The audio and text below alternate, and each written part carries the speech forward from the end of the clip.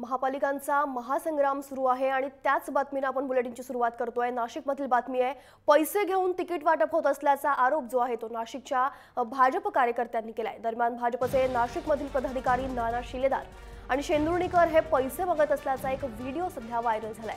या व्हिडिओत नाना शिलेदार एका पदाधिकाऱ्याला 1.5 ते 2 लाख रुपये तात्काळ भरा असे सांगतायत। मात्र हा पैसा नेमका कशासाठी हे स्पष्ट होत नाहीये। यावरून पार्टी विथ डिफरन्स मध्ये नक्की काय चाललंय असा प्रश्न उपस्थित होतोय।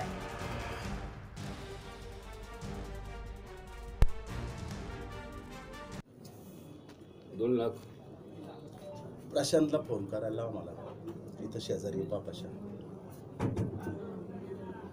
प्रशांतला दोन लाख फोन करायला म्हणजे 2 लाख रुपये द्या। हो इथे काय तुझं? आता काहीच पाहिजे मला तर नानांकडून भेटा म्हणजे फोन आला नाही. 2 लाख रुपये प्रत्येकडे करून चटणी नेगोशिएशन करू ना. चटणी नाना 2 लाख रुपये कोणाशी बोलून घ्या तुम्ही। नाही तर चेक द्या आम्हाला। थोडं बाजूला या, पुढचं काम होईल माझं, प्लीज